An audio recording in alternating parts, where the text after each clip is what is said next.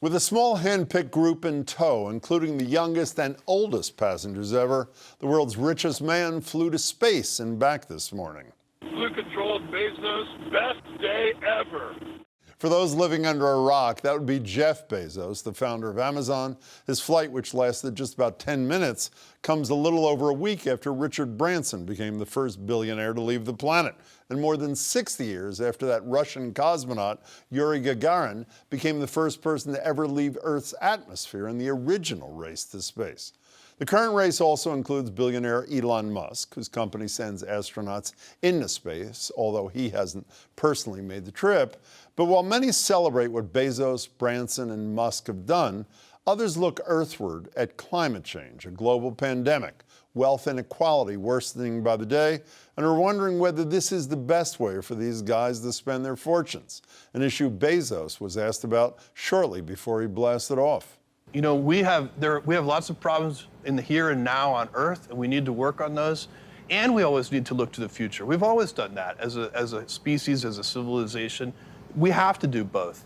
It's pretty much the same argument my next guest made in an essay for the Washington Post, writing, "You may not love them, but the billionaires behind these private sector efforts have both the resources and the impatience with government bureaucracy to put Americans back in space where they belong. They'll help the rest of humanity along the way." Will they? I'm joined by the man behind that essay, Miles O'Brien, who's also the science correspondent for the PBS Newshour. Miles, it's great to see you. Thanks for your time. Pleasure, Jim. So how will they help humanity, Miles? Well, let's start with climate change, shall we? You know, there aren't many weather buoys in the West Antarctic ice shelf. And if you want to figure out what the heck is going on with this planet, you need sensors in space. And it's expensive putting sensors in space the way it's going now, although it's going in the right direction because we now have a taste of free enterprise there. And the sensors themselves are getting smaller. And so for starters, we can look back at our planet better just by virtue of having ready and easy access to space. And then you get into, you know, the other issues of simple things like GPS, communication satellites, all those things that enhance our lives here. And anytime you make that cheaper and you make communication cheaper and the availability of data better, you're helping our planet. So why should we continue marching forward? Why continue the exploration? Why move beyond the planet? It enhances things here, and it also puts us in a position where we're developing technologies that we use here. And a lot of these things are kind of hard to predict over time. Just as if you and I, after 1927, we were talking about Charles Lindbergh's flight, and we started talking about passengers duking it out on airplanes after a pandemic, we'd say, what? But I mean, that's progress, I guess, right? So it's really hard to know where it leads, but I think it's very important not to stop. And I don't think it's an either or question. You know, one of the things that stood out in the piece he wrote for the Washington Post is, you know, for those impatient with government bureaucracy, and they're filling a hole that the government is leaving. I buy that argument. Would it be better if government had decided to fill the hole itself rather than individual private sector people making that decision? Well, it wouldn't be bad, but I don't know what their incentive would be to do that. Remember the first space race, which you alluded to, which began with Yuri Gagarin. That was all about beating the Soviets to the moon, right? That was a Cold War. It was a proxy war, right? And once we did that, and we spent it 1.5% of the federal budget on NASA, that's an extraordinary amount of money. We spend a fraction of 1% now. We spend more on coffee every year. But I mean, at that time, it was a completely unsustainable idea. We did it, we planted the flag, and then what? NASA didn't have a very good answer, and we kind of wafted along with the space shuttle, and human spaceflight kind of lost its mojo along the way. And when finally they kind of eased up and allowed the contractors, the private sector, to do their own thing in this sphere, all of a sudden the price got a lot cheaper, right? We weren't doing cost plus contracts anymore. Imagine that. It's just the way the Pentagon does business was the way NASA was doing business. And if you flip that on its head, allow people like Elon Musk to retain their intellectual property, build their own spacecraft, and then lease them or sell them to NASA, you have an entirely different economic ecosystem that comes out of that. Let me raise one more fear that I have, even though I find that argument pretty compelling. Never can the private sector afford to do what government responsibility is. And I know you're not suggesting they will. You're talking about filling a space. They can't do it, and I don't even think it's appropriate for to do it. But do you not worry that the anti-government, anti-spending forces in government will say things like, see, we don't need to spend X billion dollars traveling into space. We can allow the market to do what the market does through the Bransons, the Musks, and the Bezos. Isn't that a legitimate fear, Miles? Yeah, it's kind of a Reaganomics trickle-down argument, which is worrisome. It's the same reason we worry about funding for the National Institutes of Health and the National Science Foundation. There is an appropriate place for government to put some bets down on science and technology before it's ready for prime time, before there's a market. Yeah. So, to use the space analogy, it still makes sense for NASA to send probes into deep space. There's no business case that's going to support that, right? Flying to Venus is not going to, that's a tough one, right?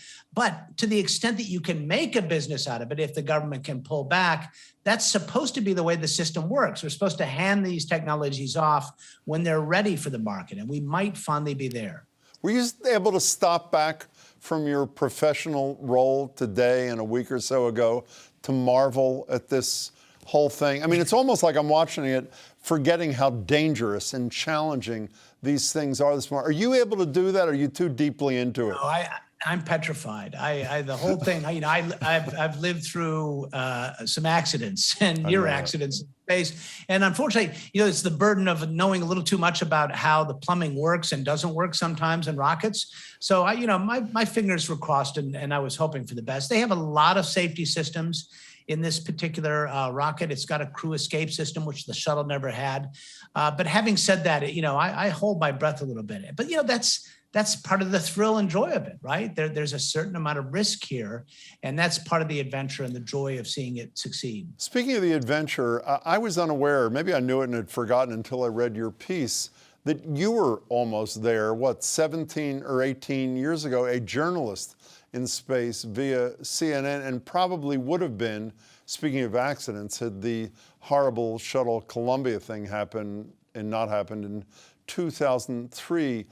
What would that have been? What would you have done?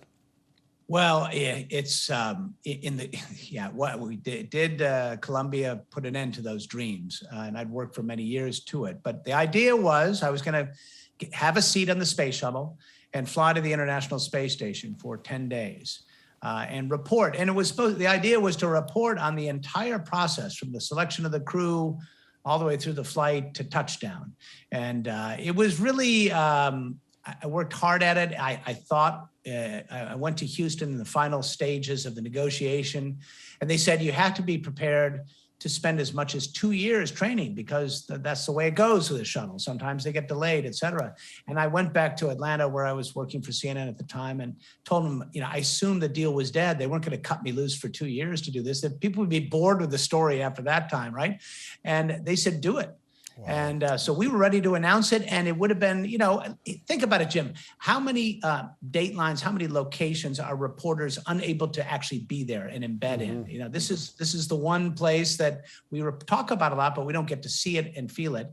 And we send a lot of engineers up there who don't necessarily have the skills of explaining it to a larger audience. So I was looking forward to that opportunity. Maybe I'll get a ride on this new generation of vehicles someday. I'm putting out my hint right now. We'd all benefit from that. Quickly, what do we expect next from this Billionaire Space Club? Well, you're going to see more of these rides. Obviously, they'll get a little less attention. Over time, the price will start to go down. It's still a millionaires and billionaires thing for a while. But as it becomes more routine, it's going to become, more akin to a business class ticket transoceanic, which is not an insignificant sum. But larger numbers of people will have this opportunity. Over time, listen, in the 1920s, people wore tuxedos to fly on Ford Trimotors. So we're going to get to Spirit Airlines eventually. So, Miles, before you go, everybody saw, other than the Bezos brothers, was Wally Funk, one of the great stories ever. And boy, she should have been in space decades ago.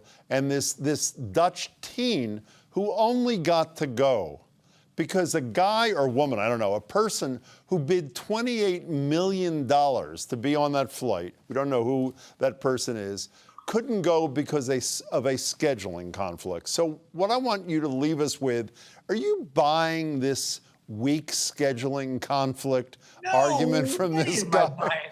There's no way. That is the craziest thing I've ever heard. I don't know what that young man's father paid, probably $27,900. Nice to have a rich dad. But I want to leave you with this. Wally Funk for president. She was awesome. Her spirit and enthusiasm was amazing. And it's a travesty that she and the Mercury 13, those women who went through all that training, never got to fly until this moment. But you know what? Justice sometimes takes time. Amen. Good to see you, Miles. You're terrific. Really appreciate your time. Thanks so much. You're welcome, Jim.